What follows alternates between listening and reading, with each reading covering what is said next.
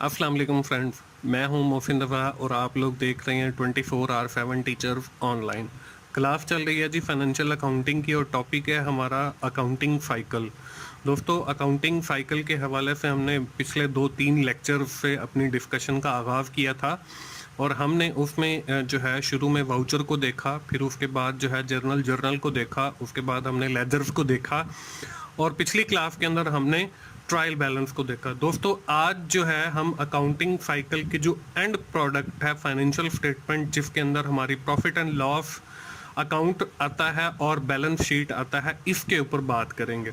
तो चलिए हम आज की क्लास शुरू करने से पहले देख लेते हैं कि हमने पिछली क्लास के अंदर क्या कवर अप किया था। दोस्तों, हमने पिछली क्लास के अंदर ट्रायल बैलेंस के ऊपर बात की थी और with the help of different ledgers balance we have prepare the trial balance. और मैंने आप लोगों को बताया था कि ये ट्रायल बैलेंस जो है हम लोग क्यों बनाते हैं और इसकी अकाउंटिंग के अंदर क्या अहमियत है।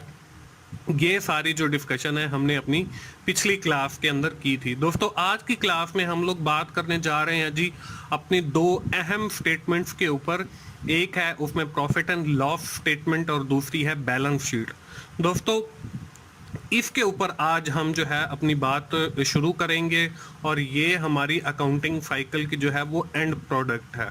दोस्तों, मैं आपको ये समझाने के लिए जो है स्टेटमेंट इसकी हम एक एग्जांपल ले लेते हैं और with the help of this example I will tell you के how to prepare the profit and loss account and the balance sheet. इसके लिए हम लोगों ने एक ट्रायल बैलेंस लिया है, जैसे हमने पिछली क्लास के अंदर एक ट्रायल बैलेंस पढ़ा था। इसमें सेल्स है हमारे पास 2,04,000 की, इसमें कैपिटल है हमारे पास 1,20,000 का, बैंक ओवरड्राफ्ट है जी, ये भी हमारे लोन ही होते हैं 1,03,560 के, फंडवे क्रेडिटर हैं 1,20,000 के। इसमें हमारे पास स्टॉक है 1/1/2006 का, वह है 60,400 का।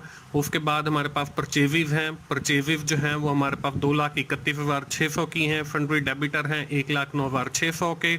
रिटर्न इनवर्ड है, मतलब हमारी तरफ ये चीज़ें रिटर्न हुई हैं 3,640 की। जनरल एक्सपेंसिव हैं 6,980 के।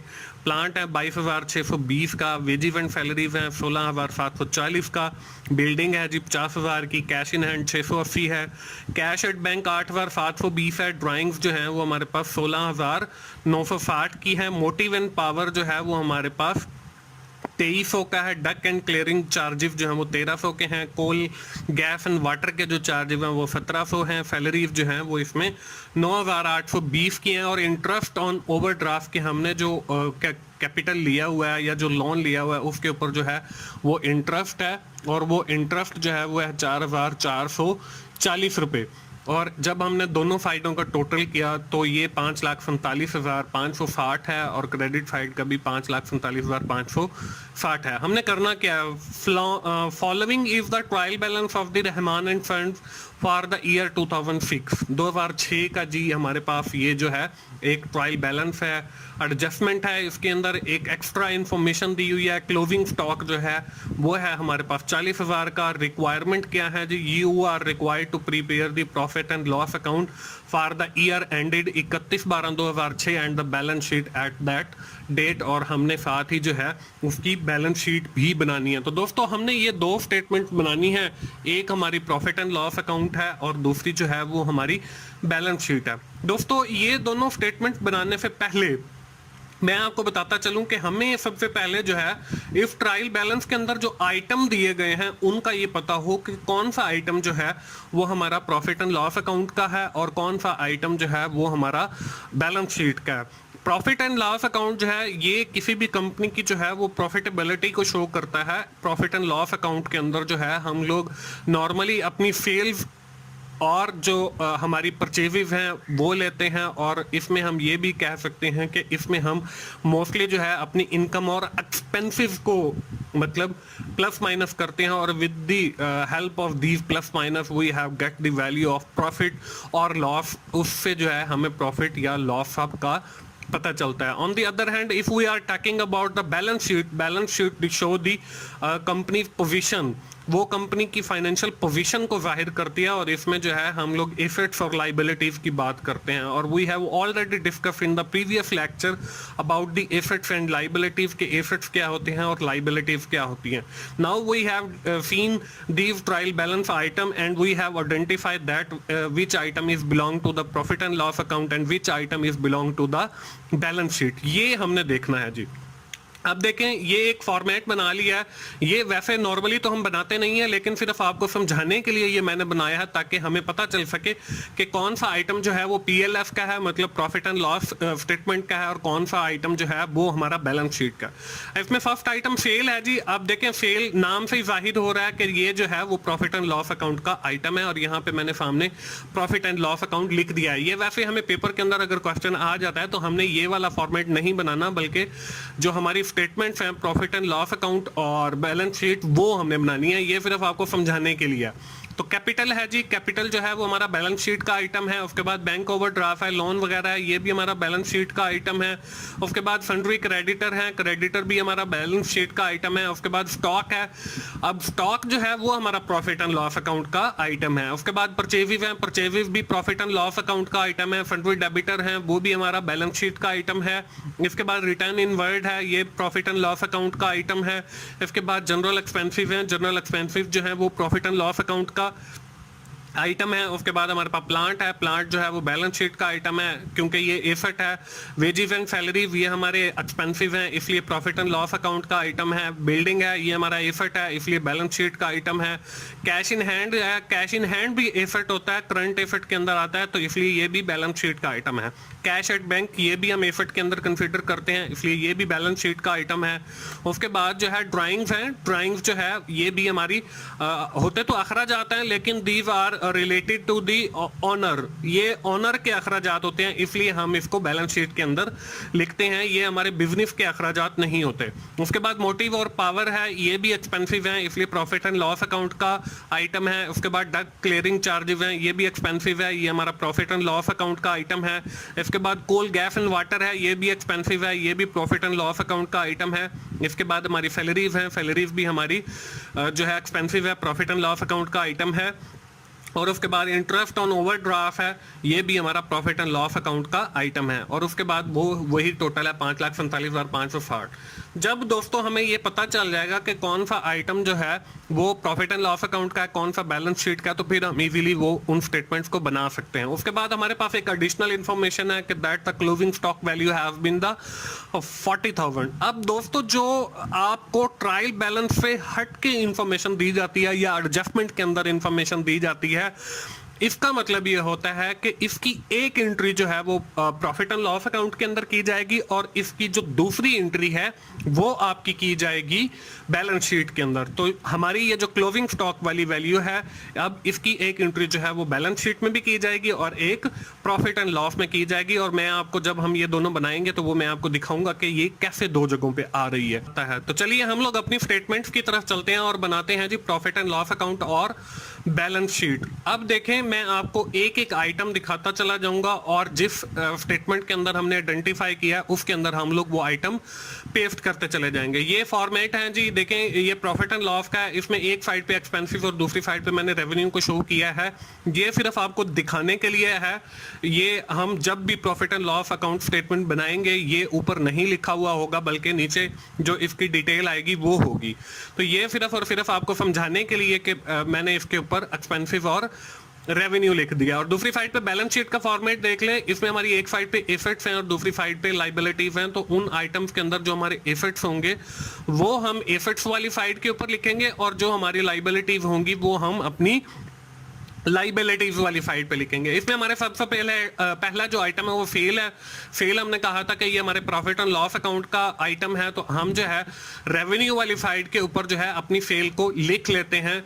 और फेल को मैंने देखें यहाँ पे फाइनल जो हमारा कॉलम है उसके अंदर नहीं लिखा, बल्कि यहाँ पे लिख दिया। तो इसके अंदर देखें हमने नेट फेल लेनी होती है, और नेट फेल जो है वो फेल माइनस आपका डिस्काउंट और माइनस जो है आपकी रिटर्न ये करने के बाद आपके पास नेट सेल आती है, तो हमारे पास कोई आइटम ऐसा हो सकता है जो डिस्काउंट या रिटर्न से रिलेटेड हो, तो इसलिए मैंने यहाँ पे इसकी वैल्यू लिख दिया। अब सेकंड आइटम को देखते हैं जी। सेकंड आइटम हमारा कैपिटल है। कैपिटल मैंने आप लोगों को बताया था कि ये हमारा बैलेंस शीट का आइटम है, और कैपिटल जो है वो लाइबिलिटी होती है उस कारोबार की, तो हम इसको लाइबिलिटीज वाली साइड पे लिख लेते हैं। अब इसको भी मैंने फाइनल वैल्यू के अंदर नहीं लिखा है। उसकी वजह यह है कि कैपिटल के अंदर हम लोग माइनस करते हैं अपने ड्राइंग्स जो उस ऑनर का जाती खर्चा होता है, और उसके अंदर प्लस या माइनस करते हैं हमारा जो प्रॉफिट है, तो हम उसको ऐड कर लेते हैं। अगर हमें लॉस हुआ है तो उसको हम माइनस कर लेते हैं, तो इसलिए इसको हमने यहाँ पे लिख लिया। उसके बाद हमारा जो अगला आइटम है वो बैंक ओवरड्राफ्ट है। बैंक ओवरड्राफ्ट देखें, वो भी लाइबिलिटी है, वो हमने लाइबिलिटीज वाली साइड पे उसकी फाइनल वैल्यू के अंदर हमने लिख लिया जी 1,03,500। उसके बाद हमारा जो अगला आइटम है वो फंड्री क्रेडिटर है। क्रेडिटर से मुराद हमारे वो लोग होते हैं जिनसे हमने पैसे देने होते हैं जिनके, तो वो भी हमारी एक लाइबिलिटी होती है। तो ये फंड्री क्रेडिटर, वो भी हम लाइबिलिटीज वाली साइड पे फंड्री क्रेडिटर को 1,20,000 वो हम लिख लेते हैं। अगला आइटम है जी हमारे पास स्टॉक। अब स्टॉक के साथ देखें, डेट डली हुई है जी 1/1/2006। इट मींस के it is the opening stock of that company के, ये कंपनी का जो है वो ओपनिंग स्टॉक है। तो हम इस स्टॉक को जो है वो प्रॉफिट एंड लॉस अकाउंट का आइटम है, तो हम इसको स्टॉक में जो है एक्सपेंसिव वाली साइड पे इसको 60,400 का हम ये स्टॉक ले लेते हैं। इसके बाद अगला जो आइटम है वो हमारे पास परचेजिव का है। परचेजिव जो है वो भी हमारा प्रॉफिट एंड लॉस अकाउंट का आइटम है, और ये है 2,31,600, तो हम इसको 2,31,600 यहाँ पे लिख लेते हैं। इसके बाद जो है अगला आइटम हमारा फंड्री डेबिटर का है। ये हमारा बैलेंस शीट का आइटम है, तो हम इसको फंड्री डेबिटर जो है, डेबिटर से मुराद वो लोग हैं जिनसे हमने पैसे खुद लेने होते हैं, तो these are called assets of the company, तो हम इसको एसेट वाली साइड पे जो है लिख लेते हैं 1,09,600। उसके बाद अगला जो आइटम है वो हमारे पास रिटर्न इन वर्ड का है। रिटर्न इन वर्ड से मुराद जो हमारी तरफ रिटर्न आई है, जब रिटर्न इन वर्ड आए इट मींस के if we are selling something then जो है हमारे पास रिटर्न इन वर्ड आएंगे, तो हम सेल में से माइनस करते हैं, तो हम सेल के नीचे इसको लिख लेते हैं। प्रॉफिट एंड लॉस अकाउंट का आइटम है 3,640।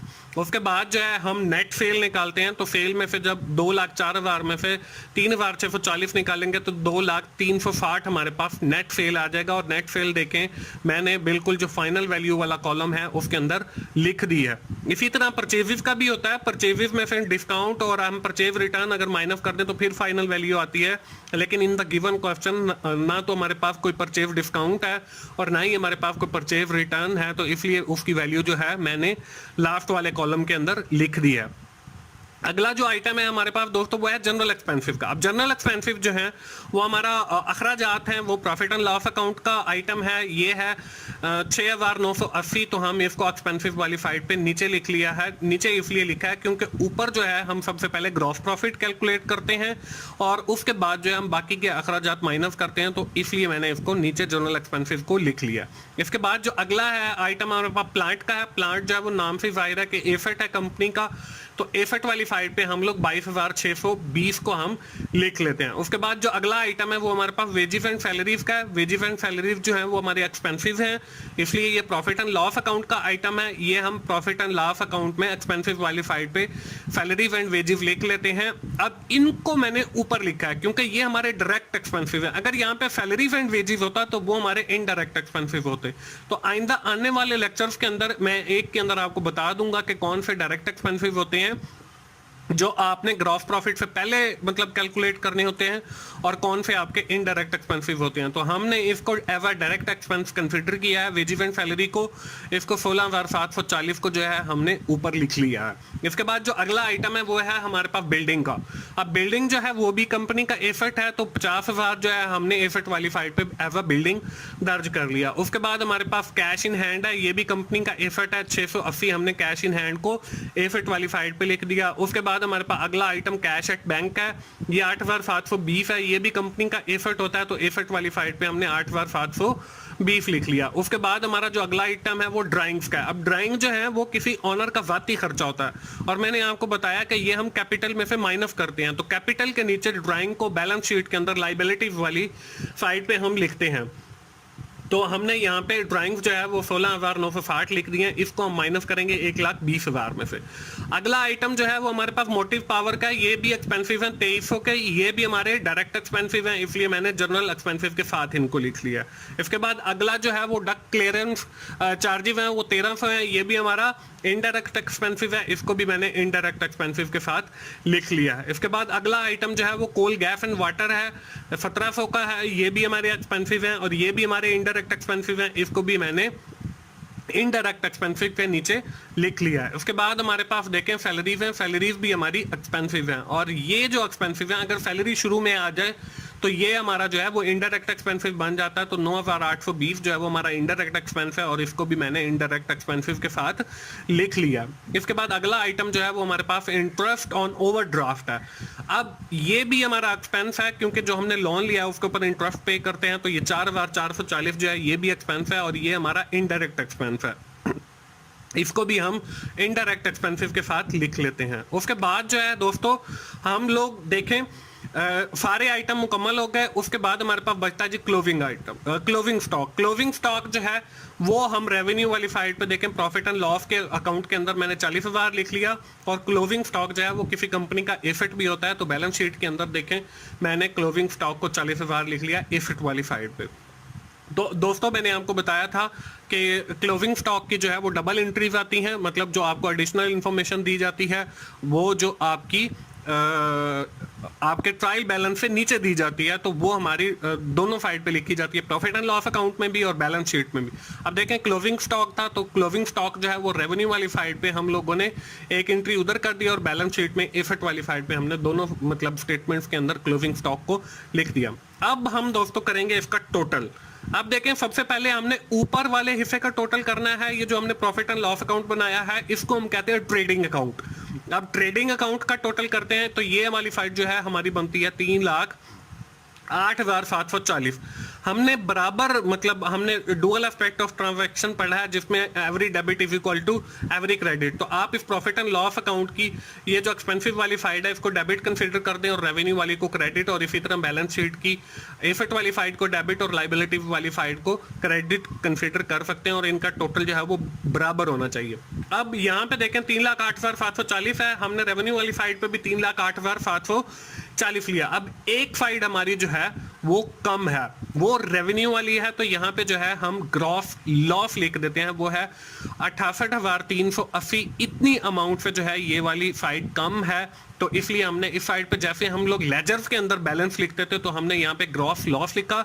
अगर हमारी लेफ्ट साइड मतलब डेबिट वाली या एक्सपेंसिव वाली साइड कम होती तो वहां पे हम ग्रॉस प्रॉफिट लिखकर उसको दोनों साइड को बराबर कर लेते। तो अब ग्रॉस लॉस है 68,380 का, ये हमने ले लिया है। अब जब हमारे पास ग्रॉस प्रॉफिट आता है तो वो डेबिट साइड में आता है और उसको हम लिखते हैं क्रेडिट साइड के अंदर, और जो हमारा ग्रॉस लॉस है वो हमारे पास राइट साइड के अंदर मतलब क्रेडिट साइड के अंदर आता है और इसको हम लिखते हैं अपनी लेफ्ट साइड के अंदर मतलब एक्सपेंसिव वाली साइड के अंदर। अब ये जो हमारे सारे इनडायरेक्ट एक्सपेंसिव हैं इनका हमने टोटल करना है।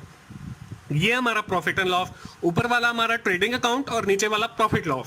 तो आपको क्वेश्चन जो है वो ट्रेडिंग अकाउंट तक भी आ सकता है कि ग्रॉस प्रॉफिट या ग्रॉस जो है लॉस कैलकुलेट करें, और आपको प्रॉफिट लॉस का भी आ सकता है। तो अब हम इन दोनों साइडों का टोटल करते हैं। तो इस साइड का जब हमने टोटल किया तो ये 94,920 बनता है, और दूसरी जो हमारी क्रेडिट वाली साइड है वहां पे देखें दोस्तों कुछ भी नहीं है, तो हम इसका भी टोटल जो है वो 94,920 लिखेंगे। लेकिन बिल्कुल लेजर की तरह इसमें हमने बैलेंस ऐड करना है जिसको हम कहते हैं जी नेट लॉस के नेट नुकसान हो गया 94,920 का।